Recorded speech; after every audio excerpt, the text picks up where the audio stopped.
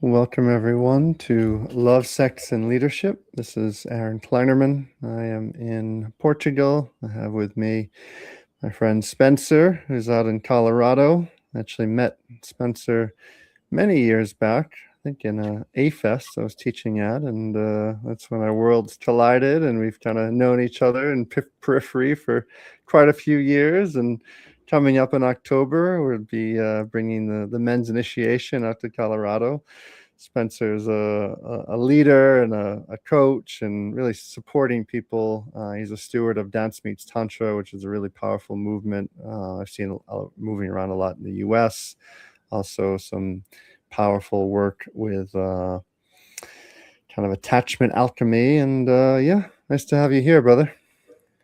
It's good to be here, man. And I'm thinking back to that A Fest. I was just like a Padawan back then, and I remember meeting you and being like, this guy knows some things that I want to know about. This guy knows some things I want to know about that I don't know about, but I want to. And that was a fun, yeah, that was a fun kind of like little, even just nugget on my awakening path of like, yeah, that guy Aaron. And it just sort of like led me in some cool directions. It's just like a little breadcrumb. Oh, beautiful to hear that. Yeah, it reminds me of the days with Aphex and Mind Valley. It's definitely a very different organism than it was back then. And yeah, some things grow and evolve like any parts of us. So yeah, I'd love to actually hear some of those nuggets for you on your kind of maturing, awakening journey. A lot of what we talked about here is this kind of dance between our leadership selves and the journeys that we've been on to be in that role of leader. And, just when we were checking in, you were sharing that leadership is a strong theme in your life right now. And yeah, I'd love to hear kind of, some of maybe a couple of the key stepping points along the way that has kind of driven you into where you are now, and what's quite strong for you in your leadership journey. Yeah, happy to. There's been so many, but the one that immediately comes to mind was back in, I think it was like 2019 into 2020. And at that stage in my journey, I was the CEO of a scalable leadership coaching company. And I was struggling and really close to burnout. I started that company in like my mid 20s or something like that, late 20s. And there was a number of things going on, but one was I realized at that time that kind of like some open sexuality spaces were mainly like the only spaces that I wasn't fully comfortable to just be me. And I had found that up until then, everything that I had created, I had started to like lose the aliveness for. And I had started to just like feel more and more like things would just get more and more rigid and kind of less fun and less driven. And I started to connect the dots just between my sexuality and just feeling free in my sexuality, alive, able to just express myself and be comfortable with who I am in that way, and my ability to create. And my ability to sustainably create in a way that felt joyful to me, or felt like I was like, man, I want to feel turned on by what I do. I want to feel turned on by what I do. And that just started to become really clear. And there was a moment, it was after COVID had started, and it was the morning that George Floyd was murdered. And I was like, I looked at my phone. I had been in a prayer about what to do about my company. And I just had this moment of like, if like this is the system breaking down, like if it's all just breaking down, if like it's kind of over and we need to start over again. Mm-hmm. Mm-hmm. And it's actually going down right now. Am I going to go out like that, not fully expressed in who I am, and Mm-hmm. and leading a company that I just fucking don't want to do this anymore? And Mm-hmm. how can I go just find what truth is for me? Like, what Mm-hmm. is truth for me? And so I did a really hard thing, and I like left. I basically took this year plus sabbatical and gave the company to my partners, and um, didn't have a plan, didn't have a ton of money at that time, and just went into an exploration of like, God, please show me what I'm most meant to be doing right now. Mm-hmm. And that Mm-hmm. led me into whole lots of more and more erotic exploration, and um, kind of blasted me open into everything that I'm up to now. Mm-hmm. Yeah, beautiful. And I love that you made this kind of distinction between, your coaching life and your sex life. And what I heard you share is there was almost a lack of congruity between the two. There was a differentiation. I remember in my own journey when I, had been coaching for over 10 years, and then I met the field of conscious sexuality, and then met this tantric woman who really initiated me more on this path. And I felt like, oh my God, everything came more online in a way I'd never experienced. And I'm curious for you, like, as you started to then explore more into your, the shadows, the taboos, the areas of your eros, what then began to change in your relationship as a leader, as a business owner? Like, what were a couple of the key pieces? Because this is always what's fascinating to me, is where sex and leadership meets. That's the nature of really this podcast in many ways, is this unification of these two, that for many people it's separate. But what I heard you say is that there was a separation, and then life force came online, and then you took some deeper directionality. So when your erotic body came more into congruency, what were some of the changes that arrived for you?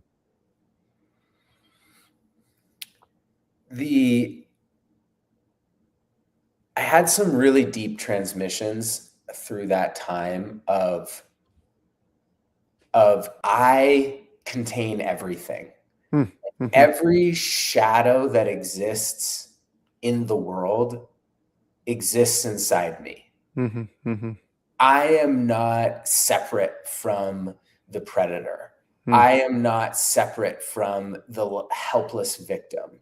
Mm-hmm. I am not separate from the non-consensual taker. I am not separate from uh, just wanting somebody to save me, or whatever the case may be. Like, all of that exists inside me.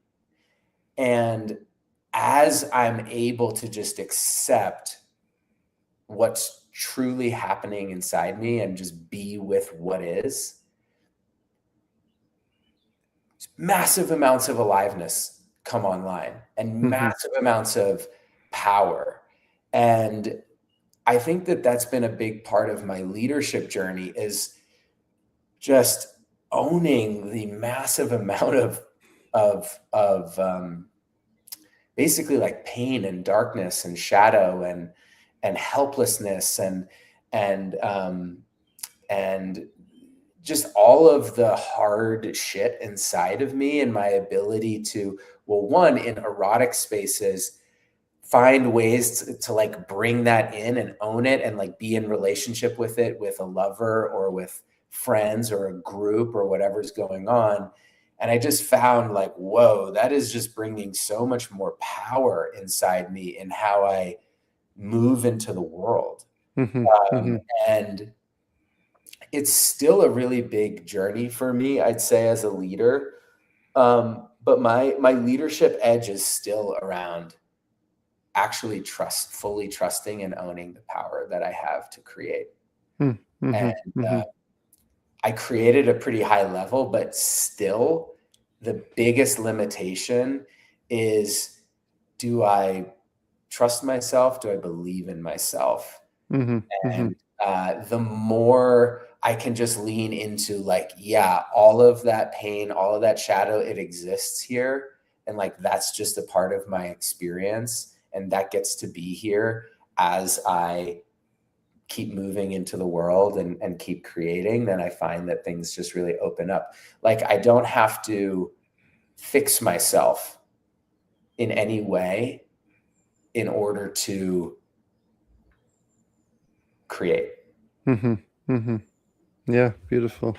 So I hear in that the remembrance of yourself as not being broken, being whole, and finding that creative power inside of all situations. And I'm curious, in those moments of forgetting, in those moments of difficulty, who do you lean on? Where do you lean into? Like what are the friends, the mentors, the individuals that support you in those moments of forgetting? Yeah, I've learned in a way, the hard way, how to build layers upon layers of support. Mm-hmm. Um, there's actually there's a modality that I'm a part of that has been so helpful. It's called reevaluation counseling, or peer counseling. Mm-hmm. And it's basically a network of people that I've developed relationships with, where I can reach out at any time and we can trade. It's called trading time. And it's a specific modality that just supports in working with essentially like the emotional block, being with it, allowing it to express, and then feeling the wisdom behind it. Mm-hmm. And so Mm-hmm. that's just been a big part of my support structure, is this field of people that I can reach out to, set up sessions, whether it's 10 minutes and 10 minutes or an hour and an hour. Mm. Um, I've been a part of a men's group for the last 7 years, which is also just so powerful. It's a rotating leadership men's group that's been really huge. And then, yeah, just more and more cultivating friendships around me of folks that really can see me and support me and understand what I'm going through. And then something I'm really conscious of right now, actually, and I've had many coaches over the years as well. Mm-hmm. Uh, Mm-hmm. um, Something I'm really conscious of right now is actually building more and more relationships with uh, folks who are creating at or beyond the level that I'm creating at. Mm-hmm. Um, Mm-hmm. to be able, there's just a certain kind of support and advice that can come from somebody who is holding a big vision or holding a big projection field or whatever it is. And so that's something I have, but I'm actually working to develop more. When I was more in my CEO days, I had more kind of like big time CEO friends around me who had a lot of that experience, and it's not as present. Yeah, yeah, gotcha. And you mentioned men's work and kind of being part of a men's circle for over 7 years now, and I'm curious to hear, as part of what we'll be coming together and sharing in October is this men's initiation journey. I'm curious to hear your relationship with Brotherhood, especially when it comes to the place of like both deep trust in being able to, I would say, reveal the layers of vulnerability that are alive inside, because this is something in myself, in leading a lot of men and having strong men around me, I feel like I have areas to do that. And I also, some part I'm also tracking is where, like, how much do I really trust in the brothers around me to unveil these deeper vulnerabilities and to really be seen in that. And there's layers, of course, and that's part of the work that we will be doing together. But on your own personal journey, I'd love to hear where that avenue has been around kind of the trust and the vulnerability pieces with Brotherhood. Yeah, that's a really good question, and I'd say I've like been a part of men's work, specifically different men's circles, men's retreats, men's communities since 2014, 15. Mm-hmm. Mm-hmm. Um, and And in some ways, I've always kind of had a fair amount of ease with. In some ways, I've had a fair amount of ease with men over the years, in that I had a really close group of guy friends growing up, where actually we were in this like really come to understand like totally small minority where we were actually very comfortable with touch with each mm, other. From mhm, growing up, mhm, my guy friends, we would like cuddle and hold each other, and there was a lot of other dysfunctional stuff about the relationships, but like touching and being close in that way was kind of always there. And I was an athlete, and so I was always like on teams and feeling really connected with guys. And so in some ways, like men's work was, and developing and being able to be close with men was natural. And then in other ways, and specifically maybe into like the deepest layers of like really trusting men, has been really hard. My dad was very abusive, alcoholic, and my relationship with my older brother growing up was also extremely hard, like mhm, more than just brother shit, like very hard. And mhm, mhm, so there's definitely for me been, well, one, the need, that was part of what brought me to men's work, was I did not have modeling growing up really that I wanted to emulate in any way, mhm, mhm, as far as how to be a man. What does mm, it even mean? And so a lot of my journey has been, a lot of what makes me who I am today is like massive amounts of trial and error and failure, because I was like, I don't have a template. Like what is this?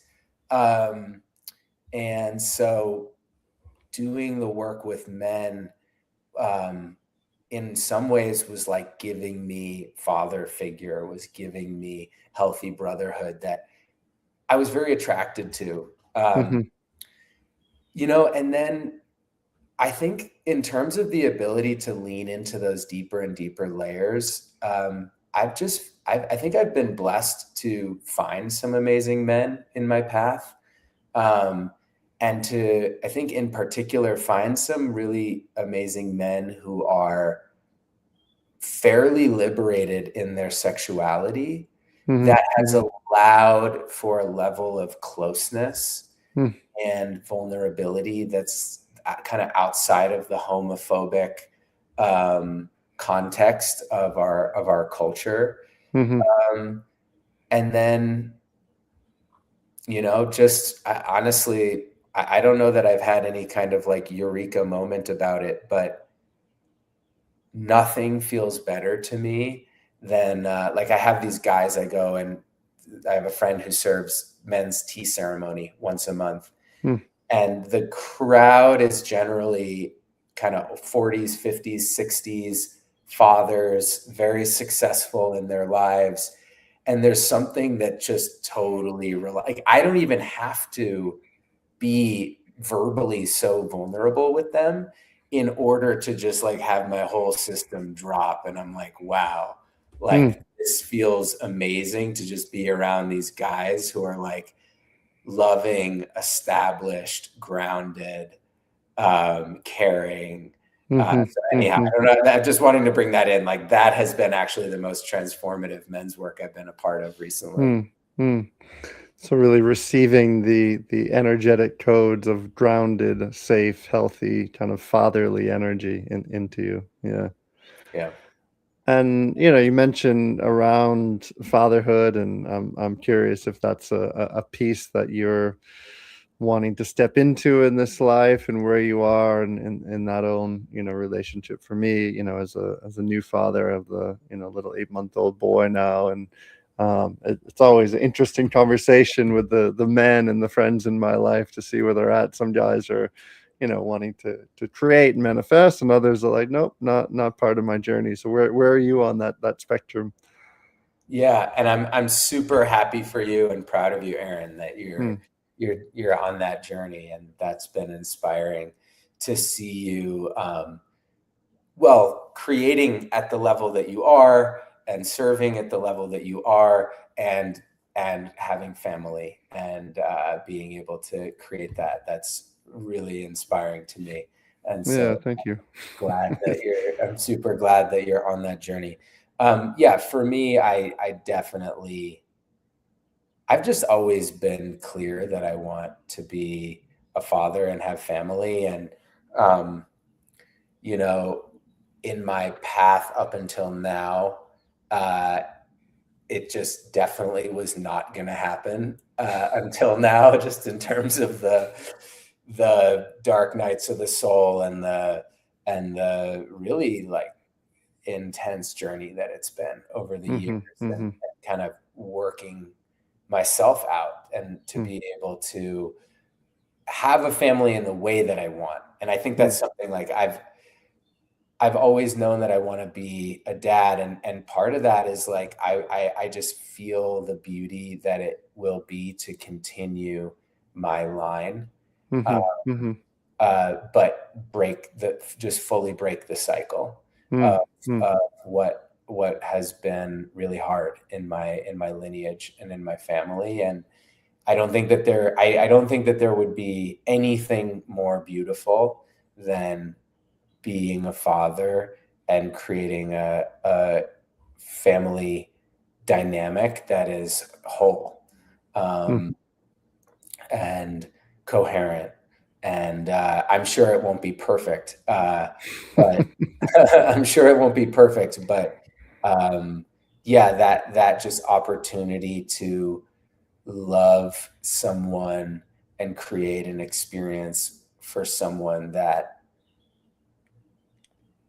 yeah, just shifts a dynamic that's been going on for generations, feels like by far the coolest thing I could do with my life.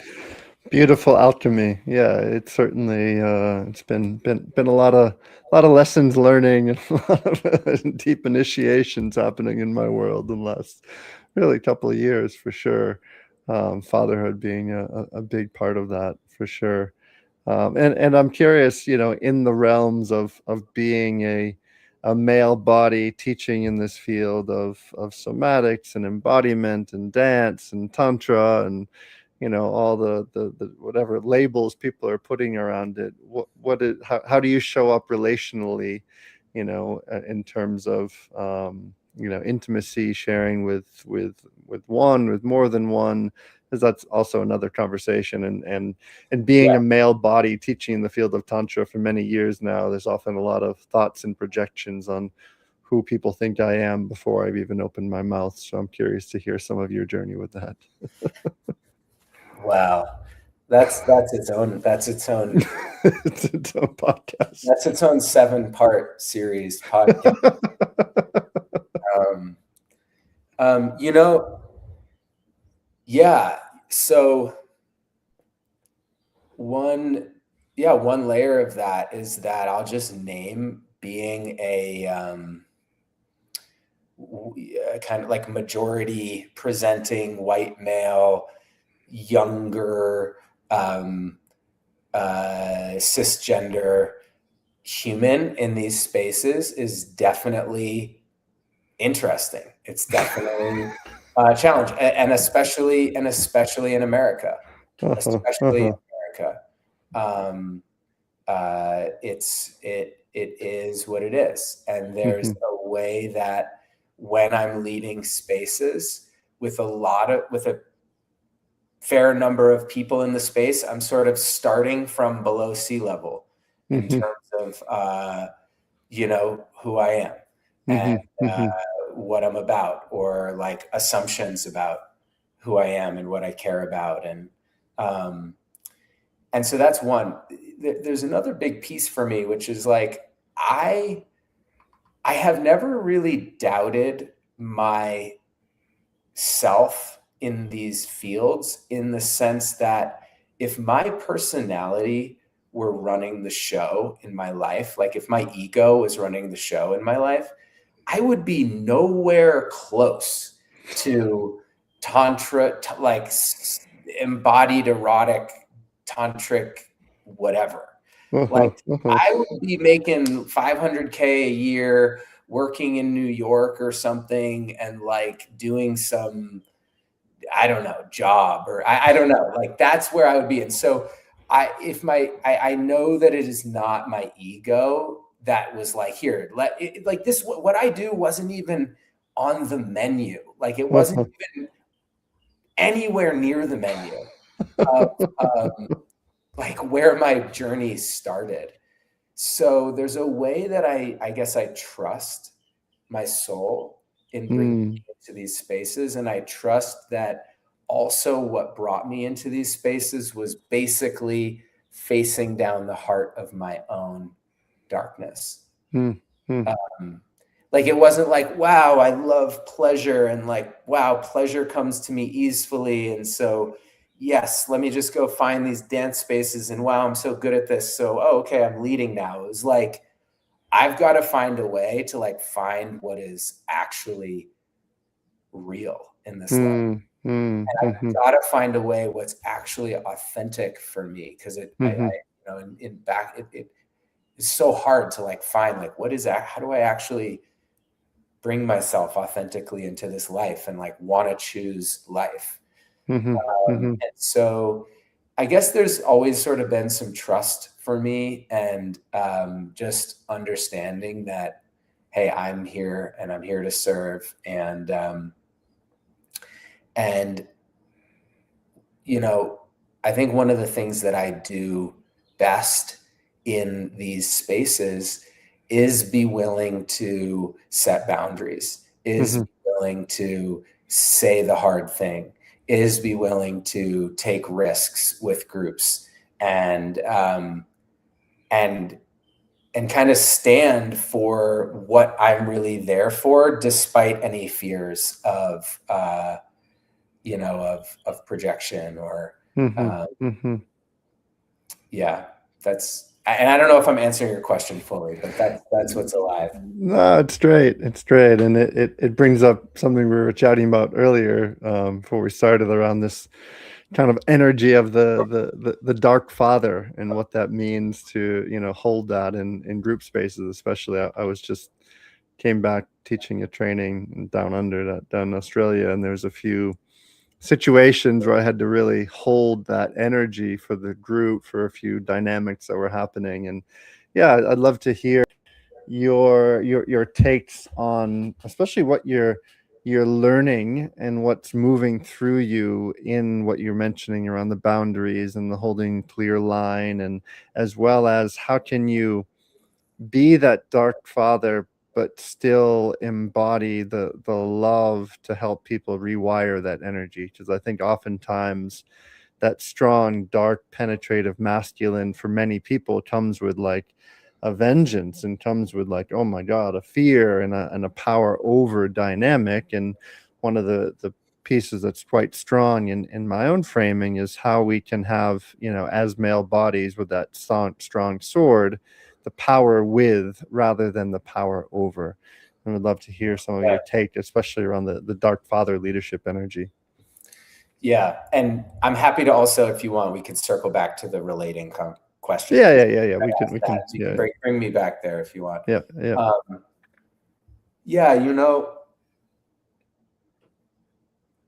In a group context, let's say,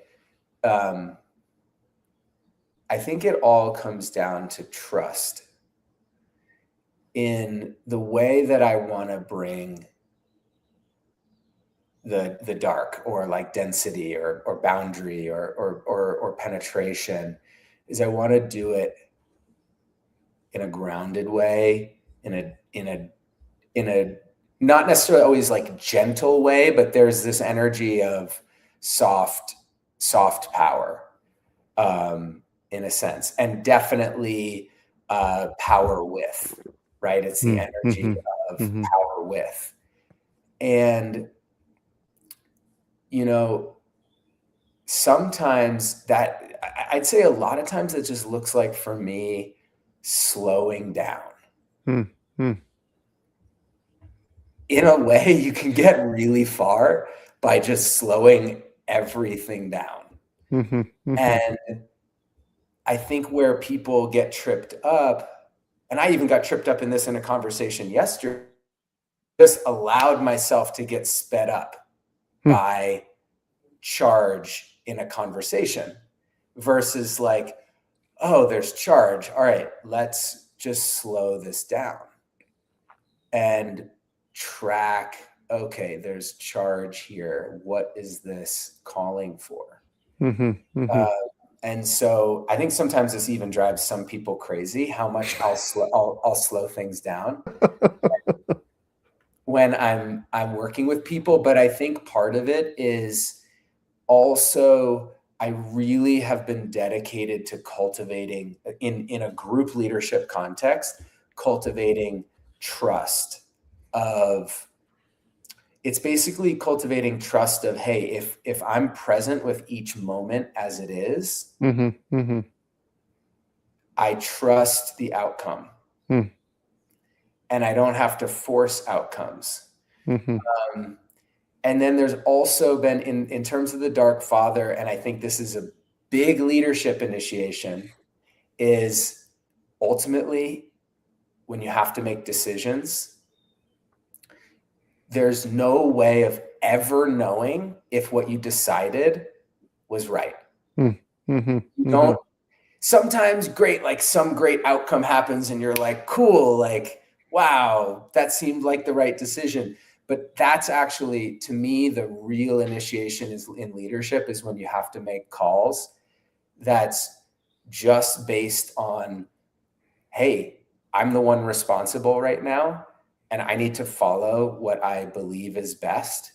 And I'm never going to know if this was fully the best decision or that doesn't even exist. And I think that's probably the deepest initiation I'm in right now is the ability to, like listen, take in information, counsel with people, but actually ultimately I think there's a deep shadow in a lot of our maybe more spiritual leadership circles of like wanting to, it's like the green meme of like everybody's voice is included and let's like listen. And actually there's something in, no, I need to just trust myself. I'm responsible. I've done enough work and shadow excavation to also be able to track when is something actually pinging my material and I'm moving from my material or my personality structure versus something deeper inside.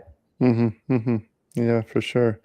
Yeah, I can relate a lot to that in, kind of managing and building community here in Portugal and often having a lot of, teams and people underneath me and things that I'm handling, not just with this project, but other projects where it requires a certain capacity to make decisions and know that you're never ever going to make everyone, perfectly happy and nothing's ever going to be perfectly right or wrong. It's just that kind of deeper knowing of I think an intuition inside and it kind of leads me into another question here is in this role of kind of being a male body. I'm curious to hear how you've woven together that what might be more feminine qualities of deep listening, of intuition, of slowing down, of really being able to have deeper receptivity.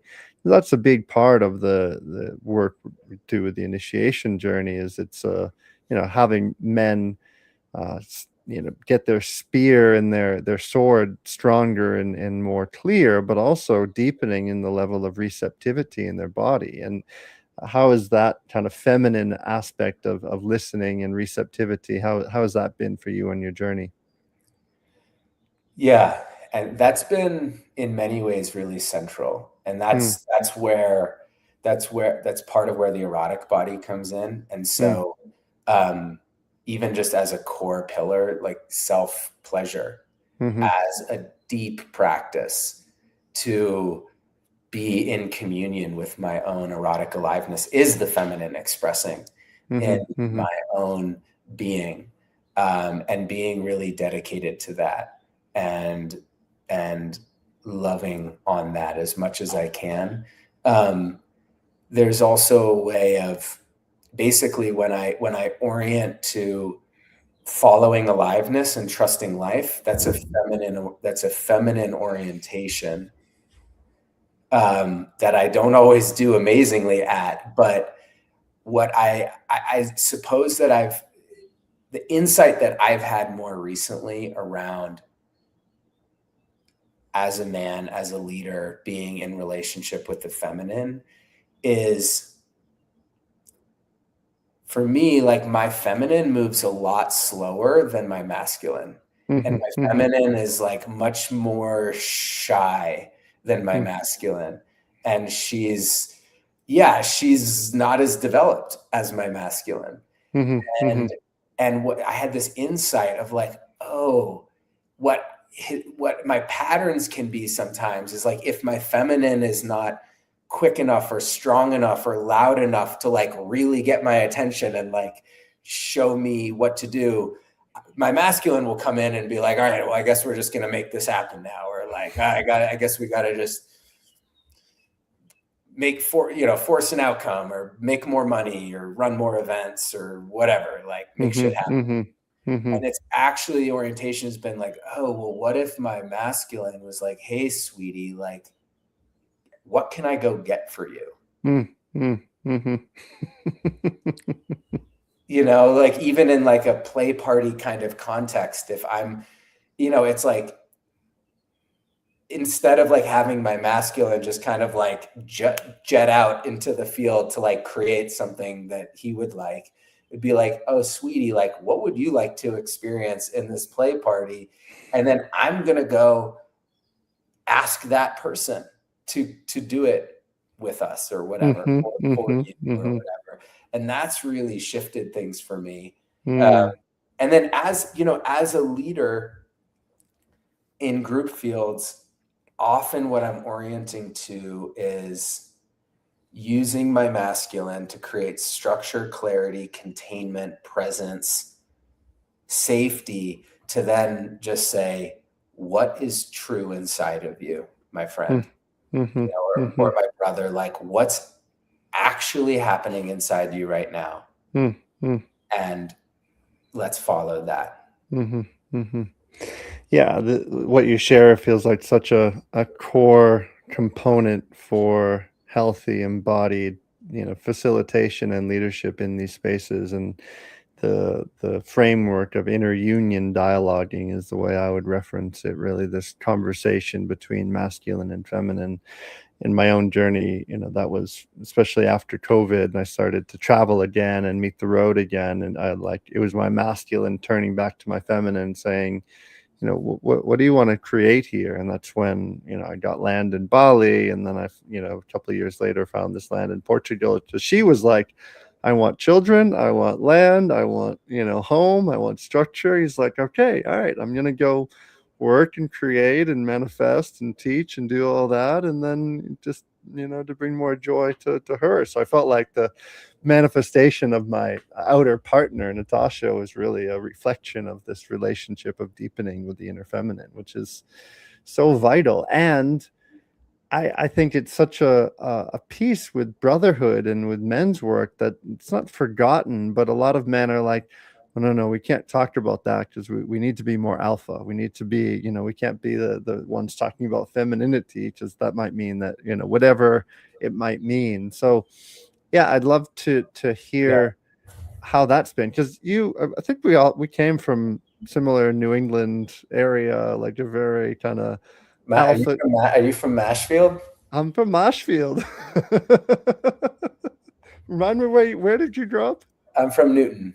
Newton. Yeah, yeah, yeah. It's where my sister is now. So yeah, I'm in Marshfield. You're in Newton. There's a Boston mentality. Like, I knew how to carry myself with a very strong, rigid directionality. And it wasn't until later in life, with a lot of fear, that I deepened into my relationship with my feminine. So as a man from Newton, and bringing this work into the world, and deepening with feminine, how do you communicate this to men who are fucking terrified of being and deepening with their feminine, but that's exactly what they actually need, because their Yeah, relationships are falling apart.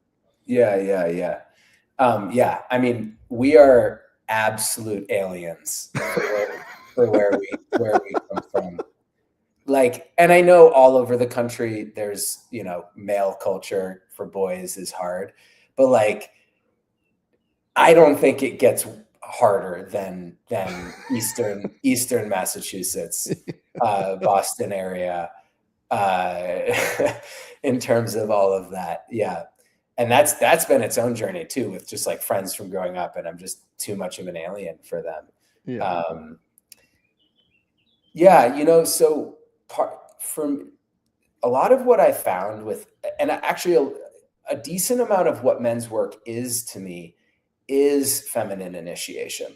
Mm, You know, mm, there's masculine beautiful. initiation in men's work, which is super important, um, right? To have that, but the feminine initiation to be able to feel, Mm, able mm, to have our emotions, to be able to be weak, to be able to be vulnerable, um, is huge and has been a big part of my journey. And I'd say what I found and the way I work with men around that um, is several ways. Well, one, I have personally always just felt more masculine the more vulnerable I can be, because mm, I'm present to the fact that that's fucking scary. mm, And when I do scary things, I feel more manly, because I'm like I'm not just living in, and I'm not living in fear of my vulnerabilities. And so I've really always just had the experience of, hey, the more I can be vulnerable and the more men can be vulnerable, it's going to fuel your masculine. It's mhm, going to mhm, fuel your sense of like, yeah, I've got me. And because mhm, part of that is like anything can happen and I can be with it. I mm, think that's actually like true masculinity. That's mm, true strength, is anything can happen and I can be with it. I can be with my emotions, I can be with other people's emotions, and just be present. And I think that resonates with some men. I also think that I think part of what the initiation journey is we are not here to tell men how to be a man. mhm, And this mhm, is actually different than a lot of men's work. mhm, We are mhm, here to be like, hey, what is the divine spark of life that you are? mhm, mhm, Irrespective of all these constructs. And let's pay attention to that and bolster mm, that. And that's going to make you feel amazing. And if that makes you feel like more of a man and a strong person, great. But we are not here to, I actually think there's a danger in a lot of men's work, is that even though it's giving men better boxes, it's still boxes that we're putting men in. It's like, how mhm, present can you be? How much can you open your woman with your, you know, with your presence? You know, like it's better boxes, but it's still a box. And I have mhm, always found that the boxes, I didn't feel like a strong man mhm, mhm, inside any of those boxes. mhm. Yeah, I love that you share that because I feel a lot of even, yeah, I've seen with men's work still comes from this old mentality of, what I would say, follow the guru, follow the master. I'm going to tell you what to do. You're going to do it. You're going to become a better man because of it. And I even see some tantric spaces like that as well that aren't really in the place of self-inquiry and self-discovery. They're of this is the modality, this is the practice, and go and do that modality just as the master said you're supposed to, and then you're going to learn and you're going to become enlightened. And to me at this point it makes me a little bit sick. And I'm also, I can feel the old school framework of where it comes from. Like I was just, when I was back in Bali, I was teaching a 4-day training with a friend, Margot Anand, who comes from that modality. And she's directly trained by Osho and still is in that way of like, I am the guru and the master, and you're here to learn from me. And and we have very interesting conversations about it because she's actually a lot more receptive now than she used to be. But this exact framework, especially for men coming into these spaces, almost there's both a part of them that wants the direct tell me what to do. And then there's also that like divine spark that you're speaking into that ultimately is where we want to support them into. So where's that threshold in between of having enough directionality to support them to actually break the fucking addictions and the things that aren't working for them anymore and that they need to Yeah. actually just grow the fuck up? And, where's the creative impulse of aliveness that sparks them into the new moment? And I think that's the beauty of the initiation journey and this particular work, Hmm. is that I think it's very balanced. Hmm. I think it's very balanced, and I think it's, we as men, I think we need enough masculine initiation Hmm. through whatever it is, warrior, king, lover, magician. We need enough of that for sure to be able to materialize in the world. Hmm. Um, Hmm. but the challenge for a lot of men's work is that they're just like cycling in that over and over and over Hmm. again. Hmm. And so with this journey, I think and this is the men's work I'm most interested in, is this balance where we can meet men wherever they are Hmm. in Hmm. that. And there's actually a lot of men that just need more of a feminine initiation. And Hmm. that I have found that's where purpose comes from. Hmm. Hmm. Purpose, like all the masculine without being like imbued with the just like heartbreak of our lives, Hmm. is like, what is that? Well, I don't want to be a part of that. I'm not inspired by that. So Hmm. it's like, what is just like the deepest heartbreak you've ever had, brother? And how does that give you just uncommon motivation to stand up for something in your life, right? Hmm. Like, can you let yourself be shattered by that? Hmm. Hmm. Um, like, I want to stand with somebody who's been shattered by their heartbreak and Hmm. their futility. And like, this is a part of it, is like the futility in ever being able to make yourself matter Hmm. through external creation. Hmm. Hmm. Hmm. I think what we're interested in is like, hey, do that enough times that you just realize it's completely futile, and let it break your heart. Uh-huh. Uh-huh. Absolutely. Yeah. I'd love to hear you've created and brought forth this piece around dance meet tantra, and I'm sure there's the parts of the ego that can be identified to that. And I also see, I'm not a part of it, but I have many friends and colleagues and individuals I know connected to it, and it feels like it's growing and expanding, and which is beautiful. Like, well done, amazing work. And I'd love to hear your perspective on this exact place between like the ego's identification to the thing that gets birthed and created, and where is the letting go of, okay, like what's the form that this is going to take itself into, and can I fully let go of that, or where is the control that tries to take over it? So what's your active real-time journey with that exact dance? Would love to Oh, keep me up to speed here. What's happening? yeah, you're putting me on the hot seat now. Hot Get seat. real. Yeah, yeah, yeah. Yeah, so we've been through, we're, I don't know, 5 years into this specific project, Dance Meets Tantra, and it's already been a number of cycles of change and reinvention, Mm, mm, for sure already. And we're at a transformational juncture in this moment where um, it is it is really starting to take on its own life.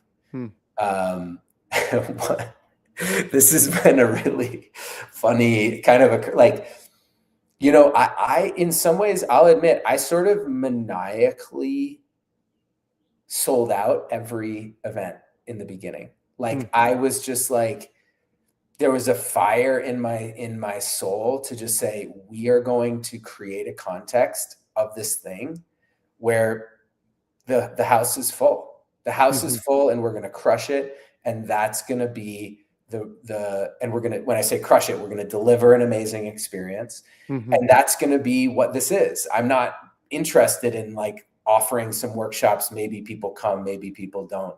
Like Mm-hmm. that's not. So, but there was a time, I don't know when recently, where I realized like, oh, the success of Dance Meets Tantra no longer is like whether this individual event succeeds or not.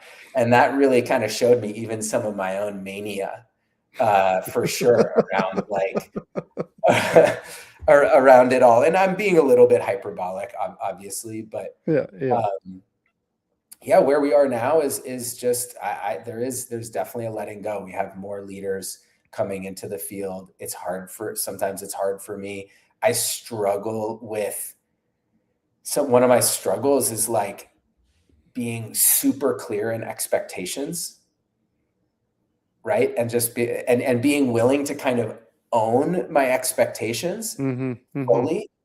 And then saying, great, if you meet these expectations, like here's all of the control that you want, right? So Mm-hmm. like, there you go. And I Mm-hmm. think that's also some of the fatherhood journey of like, these are the expectations. This is what happens if the expectations aren't met. And so I'm really being worked by that right now. Mm-hmm. As far as folks coming in, I'm also being worked by how does the financial model actually work so that this can grow? Mm-hmm. Candidly, I've been sort of like an unpaid CEO for 5 years, and that job keeps getting bigger. In a way, I'm like, well, this isn't exactly tenable. Mm-hmm. Mm-hmm. So yeah, I'm really in the thick of it. But I think it's really right now, it's around expectations, setting them, letting go, and just trusting that the folks that are coming into the field right now are really high quality and supporting them. And, important for me in all of it and my ability to let go, Aaron, is I'm actually really clear that I'm not like, I have no interest in leading Dance Meets Tantras for the next 20 years. Mm-hmm. I'm a creator and a visionary and an artist. And I actually am like, my enrolling myself in getting out of the way right now and being empowering is like, so I can create more stuff. Mm-hmm. Mm-hmm. Actually, it's Beautiful. like, Beautiful. Spencer, if you can just fucking let go of control, this gives you the freedom to like keep creating more fun new stuff. And I'm having varying levels of success with that. I'm sure. I'm sure. Yeah, it's it's a conversation I'm kind of always looking at inside of this creative model, especially in these tantric and embodiment spaces, and where, the individuals that bring things in have this like ownership of it, and where it actually inhibits the growth that wants to happen. Like I'm teaching with 4 or 5 different schools in this whole field, so I see a lot of different models. And then, with the initiation journey, I'm kind of more the one that's been spearheading that. And it's very fascinating to see like what's working and where is that initial creator holding on too strong, it's not letting it grow, and then where is it actually too weak and it needs more banks of the river to allow it to flow more. It's a very, and then I reflect that back into my own journey with, the leadership projects I'm part of. It makes for facilitation and this kind of business growth piece is really fascinating, especially from the limelight of human behavior, and where we want to grab onto things, name things, claim things. And I often find, like, in this space of creating this, of course, there's always new themes and ways of doing things, but there's never actually anything totally new. It's just been packaged and copyrighted and done in a certain way, and then people are like, oh, it's a new thing, let me go do it. It's like, yeah, okay, of course. And like, let's just call a fucking spade a spade. So it's Yeah, yeah. fascinating. But by the way, we could explore, if you're wanting to come explore the Dance Meets Tantra field. I'd be happy to initiate you, and maybe we could get Aaron teaching at a sixth a sixth school. At a sixth school. I've already, my gears are already turning. I'm sure. But I actually, that's a big part for me as a leader, is I'm genuinely really tracking for leaders that I'm like, I really want to bring in other significant leadership and capability and capacity. And there's a whole journey with that of developing talent, or also just identifying talent that's kind of already at a level where, hey, can we just get the osmosis enough for you to like really just get the core vibration of what we're doing? And that's actually a whole journey too, around leadership and kind of like homegrown, or saying, hey, who else is out there that's really really doing this? So yeah. Yeah, it's a. I mean, I think my Aquarian soul loves the place of, being in a lot of different models, and also just, my facilitation brain loves that I get to, show up in all these different kind of forms and frameworks and, different configurations. It makes you could say, the art and the job of facilitation much more fun, rather than rinse and repeat with the same thing over and over and over again. So, it's a much more dynamic environment in that way, and the leadership side makes it more fun as well. Yeah. Yeah, and and to what you were saying before, there is just a massive difference between facilitating something and building something. Mm-hmm. Um, like, good Lord, uh, Mm-hmm. it just is insanely different skills and Mm-hmm. capacities. And yes, facilitation is a form of leadership, Mm-hmm. but it's unless you're lucky and your karma is to like both be like that your best leadership style is facilitation, and that works for building your business. I just think that they're incredibly different skills and different initiations, and have different challenges. And it's something that I try to talk to a lot of my mentees about, and clients about, and folks that are coming into different fields, is the difference between leading and like building something from nothing, coming in and coming into an existing thing and continuing to build it, or are you just facilitating in that field? The difference between coaching and facilitation, and those are just all really valuable contexts. And I actually think that's part of the value of the initiation journey, when we can kind of break out of the boxes of what we think we should do, Mm-hmm. Mm-hmm. and just be able to tune into like, what is my nature? And I Mm-hmm. think, and I've actually had to come to like it's been hard for me, because sometimes I see people like you and others who are like invited to facilitate in a lot of different fields. Mm-hmm. And that just doesn't like that just, and if I kind of look at that and I'm like, well, why am I not like that? I can get disempowered, versus being like, well, what if actually there was just a way that I'm here in my nature to create? And the way I Mm-hmm. create is I'm mainly creating my own fields in that way. Or, it's not always universally like that, but the self-acceptance to be like, hey, I actually think this is how I do it, Mm-hmm. Mm-hmm.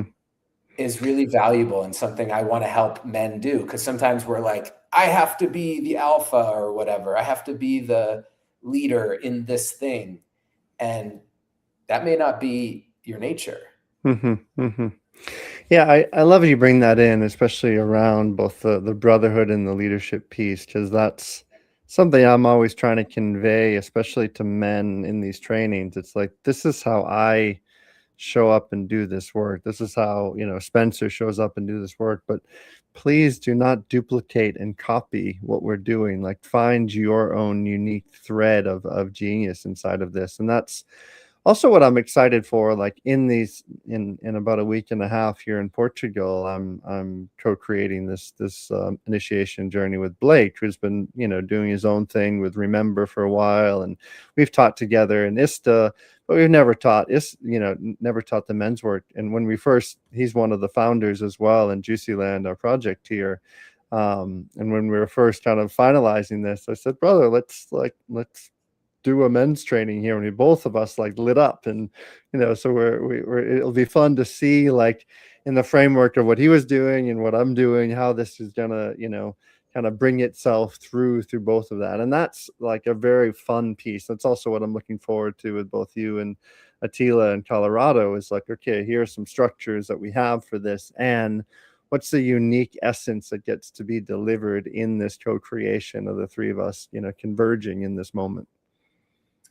Yeah, that's awesome. And I'm stoked you're working with Blake and creating that. And again, that's a balance of masculine and feminine leadership that you're bringing to, right, to initiate, and also to, to set a context, and then also to listen to, like, and like, what is this specific alchemy or combination that's happening here?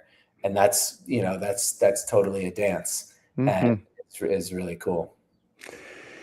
The dance of Tantra, the dance of embodiment, the dance of life, for sure, for sure. So, yeah, anything you'd like to share with the listeners of upcoming projects, or things that are on your plate you'd like to share with people out there, or where to find you, etc.? Yeah. A couple main things that I'm really stoked about right now.